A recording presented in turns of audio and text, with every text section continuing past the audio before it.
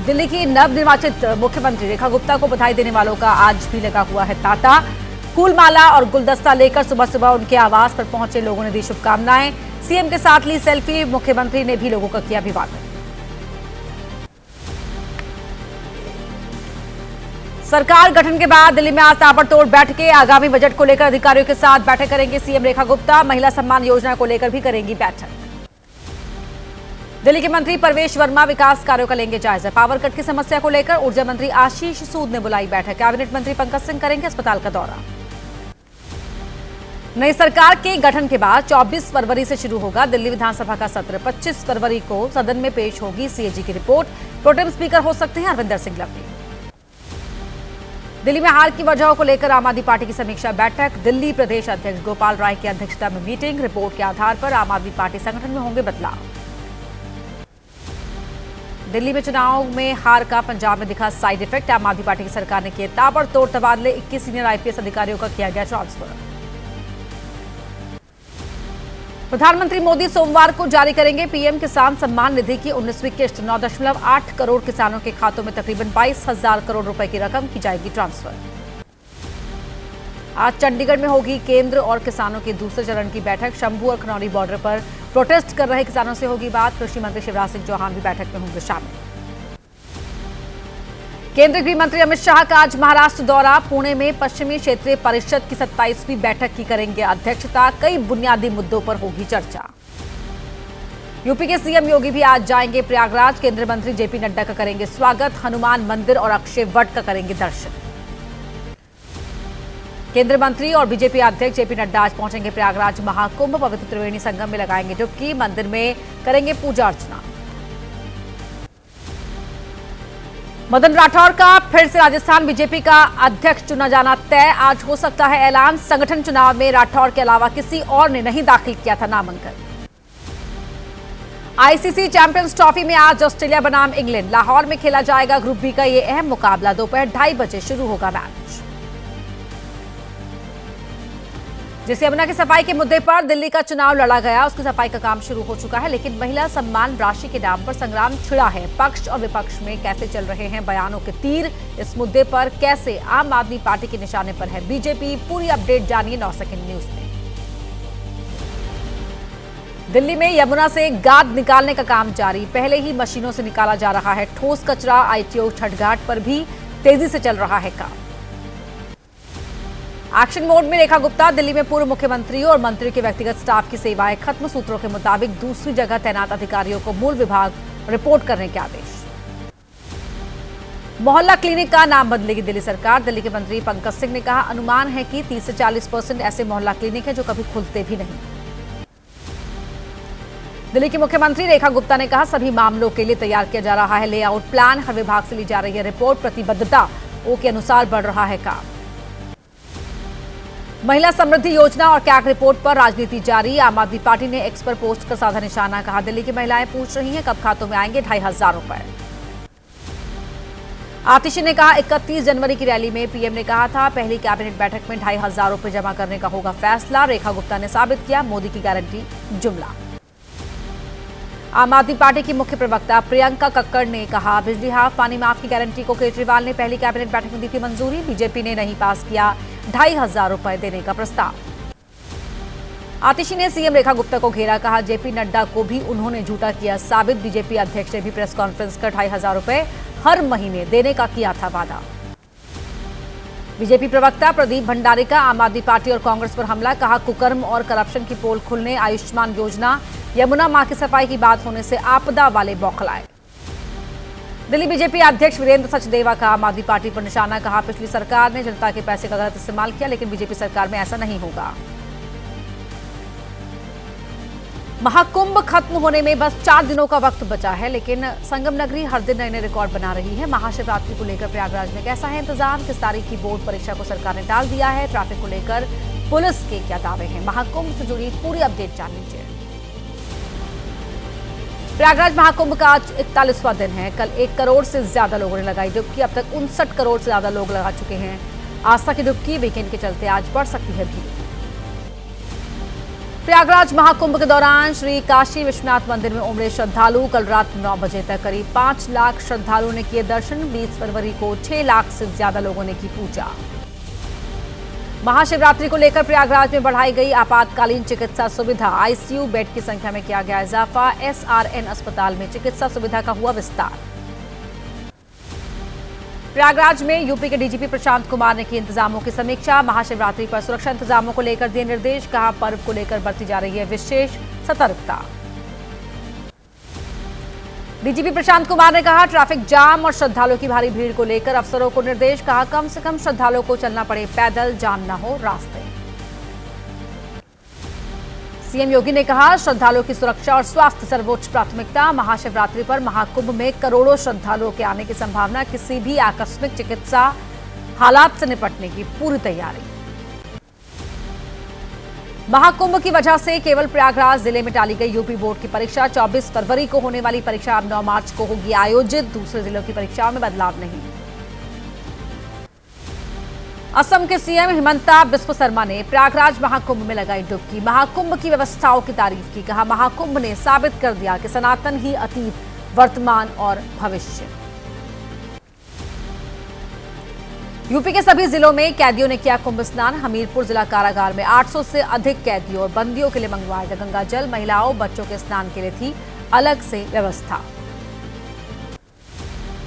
बरेली जिला जेल में कैदियों और बंदियों ने किया गंगा जल से स्नान। कुंभ से लाया गया गंगा जल। कलश स्थापना के बाद कैदियों ने किया स्नान। गोंडा कारागार में भी कैदियों ने पवित्र गंगा जल से किया कुंभ स्नान। प्रयागराज महाकुंभ से लाया गया था पवित्र जल। हर हर महादेव के जयकारों के साथ किया सामूहिक स्नान। छत्तीसगढ़ की जेल में कैदियों के लिए कुंभ स्नान के संगम के पानी का इंतजाम। डिप्टी सीएम विजय शर्मा ने कहा, कैदी वहां नहीं जा सकते। इतने बड़े धार्मिक आयोजन में हर कोई करना चाहता है स्नान।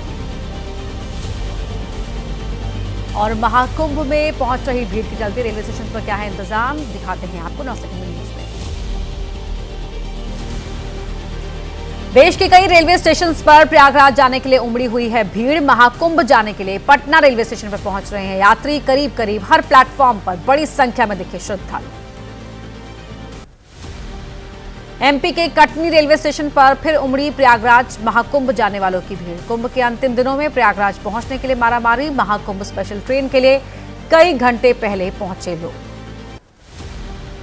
नवादा रेलवे स्टेशन पर भी प्रयागराज जाने के लिए भारी भीड़। ट्रेन पकड़ने के लिए प्लेटफॉर्म छोड़कर रेल ट्रैक के पास खड़े दिखे लोग। जान जोखिम में यात्रा करने पर तुले हुए हैं लोग। महाकुंभ स्पेशल ट्रेन में चढ़ने के लिए नवादा रेलवे स्टेशन पर दिखी मारामारी। एक दूसरे को धक्का मारकर ट्रेन पर चढ़ने की दिखी होड़। रेगुलर ट्रेन का भी बुरा हाल। चलती ट्रेन में चढ़ने की कोशिश में गिरते गिरते बची महिला। भारी भीड़ के बावजूद कोई यात्रा रद्द करने के लिए तैयार नहीं। कहा, आस्था है इसलिए जाना है कुंभ। सासाराम में प्रयागराज महाकुंभ जाने के लिए रेलवे स्टेशन पर दिखी भीड़। ट्रेन पकड़ने के लिए ट्रैक को पैदल ही पार कर रहे हैं लोग। ट्रेन के दरवाजे पर लटक कर सफर करते दिखे कई लोग। गाजियाबाद रेलवे स्टेशन पर महाकुंभ जाने के लिए दिखी भारी भीड़। ट्रेन में बैठे यात्रियों ने नहीं खोले कोच के दरवाजे। यात्री पीटते रह गए दरवाजा। गाजियाबाद रेलवे स्टेशन पर होल्डिंग एरिया का इंतजाम। रुकने के साथ ही टिकट खरीदने के इंतजाम, लेकिन होल्डिंग एरिया में बहुत कम संख्या में दिखे लोग। प्रयागराज महाकुंभ जाने के लिए नई दिल्ली रेलवे स्टेशन पर उमड़ रहे हैं लोग। प्लेटफॉर्म नंबर 16 पर बनाया mini control room. Platform station के सभी प्लेटफॉर्म पर की जा रही है निगरानी। प्रयागराज महाकुंभ को देखते हुए नई दिल्ली रेलवे स्टेशन पर बढ़ाई गई चौकसी। भारी भीड़ को देखते हुए जगह जगह लगाए गए बैरिकेड्स। टिकट चेक के बाद ही दी जा रही है एंट्री। दिल्ली हादसे से सबक लेते हुए Anand Vihar terminal crowd management के इंतजाम। एंट्री करने के लिए यात्रियों के 4 अलग अलग लेन। होल्डिंग एरिया में जनरल टिकट के 10 counter. Anand Vihar railway station में सिर्फ एक तरफ से एंट्री। दूसरे एंट्री पॉइंट्स को लोहे की जाली लगाकर किया गया कवर। सीआरपीएफ और आरपीएफ जवान यात्रियों की कर रहे हैं मदद। चंदौली के पंडित दीनदयाल स्टेशन पर महाकुंभ से लौटे यात्रियों की भारी भीड़। श्रद्धालुओं से खचाखच भरे दिखे सभी प्लेटफॉर्म। रेलवे स्टेशन पर इंतजार करते दिखे कई प्रदेशों के श्रद्धालु। अयोध्या में श्रद्धालुओं की उमड़ी भीड़। श्री राम जन्मभूमि मंदिर में दर्शन के लिए उमड़े श्रद्धालु। महाकुंभ में स्नान और पूजा अर्चना के बाद अयोध्या पहुंचे श्रद्धालु। रेल मंत्रालय ने सोशल मीडिया प्लेटफॉर्म एक्स को शव और बेहोश यात्रियों को वीडियो हटाने के दिए निर्देश। एथिकल नॉर्म्स और आईटी पॉलिसी का दिया हवाला। करीब 250 वीडियो हटाने के लिए कहा। नई दिल्ली रेलवे स्टेशन पर हुई भगदड़ के दौरान दम घुटने से 15 की हुई थी मौत। पोस्टमार्टम रिपोर्ट के मुताबिक चोट लगने से दो के सिर पर और सिर पर चोट से एक शख्स की गई जान। प्रयागराज में संगम के पानी की शुद्धता पर सवाल खड़े हो रहे हैं। विपक्ष और सरकार के बीच शुद्धता पर संग्राम छिड़ा हुआ है। क्या है अपडेट, जानिए। संगम के पानी को लेकर दो report. Central pollution control board के मुताबिक स्नान लायक नहीं। यूपी पोल्यूशन कंट्रोल बोर्ड ने कहा साफ है पानी। संगम के पानी को लेकर एबीपी न्यूज की ग्राउंड रिपोर्ट। जिस जगह श्रद्धालु कर रहे हैं स्नान, सिर्फ वही गंदगी। घाट से सिर्फ 10 मीटर आगे वाटर बैरिकेडिंग के बाद गंगा जल साफ। महाकुंभ के दौरान नाले और सीवर के पानी का सीधे गंगा में गिरने का दावा। पड़ताल के लिए संवाददाता ने खुद पिया पानी। मौजूद लोगों ने कहा कहीं कोई प्रदूषण नजर नहीं आया।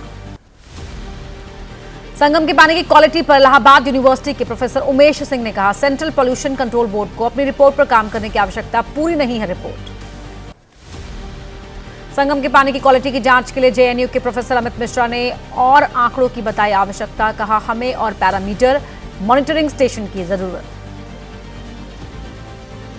9 सेकंड न्यूज में अब राजनीति से जुड़ी कुछ और अहम खबरों का रुख करते हैं। प्रधानमंत्री मोदी ने सम्मेलन में दिखाया शिष्टाचार। शरद पवार के लिए कुर्सी ऑफर की, गिलास में पानी डालकर भी दिया। पीएम मोदी की विनम्रता देख तालियों से गूंजा हॉल। पीएम मोदी का इशारों में राहुल पर तंज। कहा अब अंग्रेजी नहीं जाने की वजह से प्रतिभा को नहीं किया जा सकता है नजरअंदाज। भाषाओं में भेद करना ठीक नहीं। पश्चिम बंगाल की मुख्यमंत्री ममता बनर्जी ने कहा लोगों को अन्य भाषाओं के प्रति भी उतना ही सम्मान दिखाना चाहिए जितना वो अपनी मातृभाषा का करते हैं सम्मान। भाषा विवाद पर डीएमके बीजेपी आमने सामने। धर्मेंद्र प्रधान के बयान पर डीएमके का पलटवार। केंद्र सरकार को किया आगाह, मधुमक्खी के छत्ते पर पत्थर नहीं फेंके। राहुल के बयान पर बोले बीएसपी नेता सुधींद्र भदौरिया। इंडिया अलायंस बना तो नहीं दिया मायावती को उचित सम्मान। ये सभी पार्टियां दलित वोट चाहती है लेकिन नहीं देती उनका साथ। केंद्रीय मंत्री एसपी सिंह बघेल ने ममता बनर्जी को बताया सनातन विरोधी। उदयपुर में कहा सनातन के लिए वो कुछ भी बोल जाती हैं, दम है तो मुस्लिमों के बारे में बोलकर दिखाएं। रोजा खोलने के लिए 1 घंटा पहले ऑफिस छोड़ने की इजाजत देने की अपील। एआईएमआईएम नेता वारिस पठान की सीएम फडणवीस को चिट्ठी। तेलंगाना आंध्र सरकार के फैसले का दिया हवाला। उत्तराखंड विधानसभा में भू कानून विधेयक पास। राज्य के 2 जिलों के अलावा बाकी 11 जिलों में दूसरे राज्य के लोग नहीं खरीद सकेंगे खेती और बागवानी के लिए जमीन। उत्तराखंड विधानसभा में भू कानून पास होने को सीएम पुष्कर सिंह धामी ने बताया ऐतिहासिक फैसला। सोशल मीडिया पर किया पोस्ट, लोगों को दी बधाई। यूसीसी के खिलाफ मुस्लिम पर्सनल लॉ बोर्ड की उत्तराखंड हाईकोर्ट में याचिका। मामले पर 1 अप्रैल को सुनवाई करेगी अदालत। कहा कानून संविधान का करता है उल्लंघन। एकनाथ शिंदे का बड़ा बयान। मुझे हल्के में ना ले। 2022 में हल्के में लिया था, सरकार बदल गई थी। मैं एक साधारण कार्यकर्ता, लेकिन मुझे बाला साहब और दिघे साहब के कार्यकर्ता के रूप में देखें। एकनाथ शिंदे ने बिना नाम लिए शिवसेना उद्धव गुट पर साधा निशाना। कहा पिछले 2.5 साल में मुझ पर लगाए गए कई आरोप और दी गई गालियां। दिल्ली में सम्मानित होने पर कुछ लोग असहज हैं। एकनाथ शिंदे की गाड़ी को बम से उड़ाने की धमकी देने वाले 2 आरोपी गिरफ्तार। मुंबई पुलिस की क्राइम ब्रांच दोनों ही से कर रही है पूछताछ। शिंदे बोले मैं धमकियों से नहीं डरता। चुनाव में विदेशी फंडिंग को लेकर बीजेपी कांग्रेस पर हावी है। क्या है पूरा मामला, जानने के लिए देखिए 9 सेकंड न्यूज। चुनावों में अमेरिकी फंडिंग को लेकर सियासी घमासान जारी। बीजेपी ने राहुल गांधी पर बोला तीखा हमला। कहा कांग्रेस और राहुल का रवैया बन चुका है भारत विरोधी। कांग्रेस ने किया बीजेपी पर पलटवार। कहा बीजेपी पेश करे 2012 का आंकड़ा। 2014 में कांग्रेस हार गई थी चुनाव। मोदी सरकार यूएस एड पर जारी करे श्वेत पत्र। अमेरिकी फंडिंग पर बोले उपराष्ट्रपति जगदीप धनखड़। ट्रंप का खुलासा साबित करता है कि राजनीतिक कोविड समाज में घुसपैठ कर हमारे लोकतंत्र को नष्ट करने की रच रहा है साजिश। चुनावों में अमेरिकी फंडिंग मामले पर बोले सीपीआई महासचिव डी राजा। सरकार के पास है असीमित अधिकार। सरकार सच का पता लगाए और तथ्यों को देश और संसद के सामने करे पेश। फंडिंग पर अमेरिकी राष्ट्रपति के खुलासे पर बोला विदेश मंत्रालय। ये देश के आंतरिक मामलों में विदेशी हस्तक्षेप का मामला। संबंधित विभाग और एजेंसी कर रही है जांच। 9 सेकंड न्यूज में अब जानते हैं देश की बाकी बड़ी अहम खबरें। जम्मू कश्मीर में हुई भारत पाकिस्तान सेना की फ्लैग मीटिंग। एलओसी पर हाल ही में हुई फायरिंग और आईईडी ब्लास्ट के बाद तनाव कम करने की कोशिश। दोनों ही देश ने शांति बनाए रखने पर दिया जोर। भारत और पाकिस्तान सेना की फ्लैग मीटिंग पर जम्मू कश्मीर के सीएम उमर अब्दुल्ला ने कहा, यह है अच्छी पहल, सीमा पर शांति बहाली बेहद जरूरी। दक्षिण अफ्रीका जोहानिसबर्ग में विदेश मंत्री एस जयशंकर ने फ्रांस और ऑस्ट्रेलिया के विदेश मंत्रियों से की मुलाकात। हिंद प्रशांत क्षेत्र की सुरक्षा समेत कई मुद्दों पर की बात। अमेरिका से वापस भेजे जा रहे प्रवासी भारतीयों से ज्यादती मामले पर विदेश मंत्रालय ने कहा, अमेरिका से साझा की गई है भारतीयों की चिंता, बच्चों और महिलाओं को नहीं लगाई जाती है हथकड़ी। यूपी के सीएम आज करेंगे लखीमपुर खीरी का दौरा। बायोप्लास्टिक प्लांट और शिव मंदिर कॉरिडोर की रखेंगे आधारशिला और कोला शिव मंदिर में दर्शन पूजन भी करेंगे सीएम। बागेश्वर धाम के प्रमुख धीरेन्द्र शास्त्री ने कहा, धाम में आने के लिए हमने सबको दिया आमंत्रण, लेकिन पीएम मोदी ने जिस सहजता से स्वीकार किया हमारा निमंत्रण, उससे हम भी अचंभित।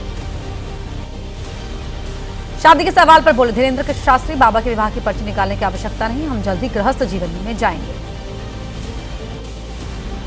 दिल्ली सरकार के पूर्व मंत्री गजेंद्र जैन से जुड़े सीबीआई मामले में राउज एवेन्यू कोर्ट में आज होगी सुनवाई। सीबीआई की तरफ से दाखिल चार्जशीट पर संज्ञान लेकर सुनवाई कर रहा है कोर्ट। महिला पहलवानों से कथित यौन शोषण के मामले में दिल्ली के राउज एवेन्यू कोर्ट में आज फिर होगी सुनवाई। डब्ल्यूएफआई के पूर्व अध्यक्ष ब्रजभूषण शरण सिंह के खिलाफ आरोप तय, गवाहों के दर्ज हो रहे हैं बयान। और अब देश के अलग अलग राज्यों से जुड़ी खबरें आपको दिखाते हैं 9 सेकंड न्यूज में। जयपुर में राजस्थान विधानसभा में कांग्रेस विधायकों का धरना, कथित विवादित बयान को लेकर सत्ता पक्ष और विपक्ष की नहीं बनी सहमति, रात भर विधानसभा में रहे कांग्रेस के विधायक। राजस्थान विधानसभा में इंदिरा गांधी को लेकर मंत्री अविनाश गहलोत ने की टिप्पणी, जिसे लेकर कांग्रेस विधायकों ने किया हंगामा। स्पीकर ने कांग्रेस के 6 विधायकों को बजट सत्र के लिए किया निलंबित। विधानसभा में धरने को लेकर नेता प्रतिपक्ष टीकाराम जूली ने कहा, सरकार की तरफ से बना हुआ है गतिरोध, कांग्रेस की मांग कार्यवाही से हटाई जाए विवादित टिप्पणी। राजस्थान के पूर्व सीएम अशोक गहलोत ने लगाया आरोप, कहा विधानसभा नहीं चलाना चाहती सरकार, इसीलिए मंत्री कर रहे हैं विवादित टिप्पणी, कांग्रेस इसे नहीं करेगी बर्दाश्त। बिहार में जेडीयू आरजेडी में जुबानी जंग हुई तेज। केंद्रीय मंत्री ललन सिंह ने कहा, तेजस्वी यादव का सीएम बनने का सपना नहीं होगा पूरा, वो अपने माता पिता के शासनकाल को कर लेंगे। ललन सिंह पर आरजेडी नेता तेज प्रताप यादव ने किया पलटवार, कहा ललन सिंह जो सपना पाले हुए हैं वो बहुत जल्द हो जाएगा फेल, बिहार के अगले सीएम ही बनेंगे तेजस्वी। आरजेडी नेता तेजस्वी यादव ने किया दावा, बिहार में बीजेपी के 3 से 4 गुट से सरकार में बने रहने के लिए आपस में लड़ रहे हैं। बीजेपी के गुट, इनको जनता से कुछ भी लेना देना नहीं। तेजस्वी यादव ने फिर उठाया डीएनए का मुद्दा, कहा पीएम मोदी बोले थे नीतीश कुमार का डीएनए है खराब, इस पर जवाब दे सीएम। तेजस्वी ने नीतीश की तुलना खटारा कार से की। बिहार के सीएम नीतीश कुमार के बेटे निशांत कुमार ने जनता से की अपील, फिर से लाए एनडीए सरकार और एक बार फिर बनाए नीतीश कुमार को सीएम, ताकि बिहार में जारी रहे विकास। बिहार कांग्रेस अध्यक्ष अखिलेश प्रसाद सिंह ने किया दावा, जनता समझ चुकी है कि बीजेपी चला रही है नीतीश कुमार की कठपुतली सरकार, अगले चुनाव में होगी कांग्रेस की जीत। झारखंड में राजमहल सीट से बीजेपी के पूर्व विधायक अनंत ओझा को मिली जान से मारने की धमकी, अवैध बांग्लादेशियों का मुद्दा न उठाने की दी गई चेतावनी, पुलिस मामले की जांच में जुटी। इंडियाज गॉट लेटेंट के विवादित कंटेंट पर कार्रवाई का सिलसिला, शो की जज रही राखी सावंत को नोटिस समन भेजा गया, महाराष्ट्र साइबर सेल ने पूछताछ के लिए बुलाया। बीबीसी वर्ल्ड सर्विस इंडिया पर ईडी का बड़ा एक्शन, फेमा उल्लंघन करने पर 3.44 करोड़ रुपए का लगाया गया जुर्माना, आदेश नहीं मानने पर अतिरिक्त जुर्माना भी लगाया। मुंबई की new India cooperative bank scam मामले में तीसरी गिरफ्तारी, पूर्व सीईओ को मुंबई पुलिस की आर्थिक अपराध शाखा ने किया गिरफ्तार, 122 करोड़ रुपए के धोखाधड़ी का आरोप। पंजाब के तरन तारण में पुलिस और गैंगस्टर्स के बीच 2 जगहों पर मुठभेड़, कुख्यात हरिके गैंग के 5 सदस्य गिरफ्तार, गोली लगने से 3 घायल अपराधियों का इलाज जारी। दिल्ली पुलिस ने कुख्यात गैंगस्टर नफे सिंह उर्फ मंत्री को किया गिरफ्तार, पिछले 6 महीनों से पुलिस कर रही तलाश, लोकेशन बदल कर नेपाल में रह रहा था नफे सिंह।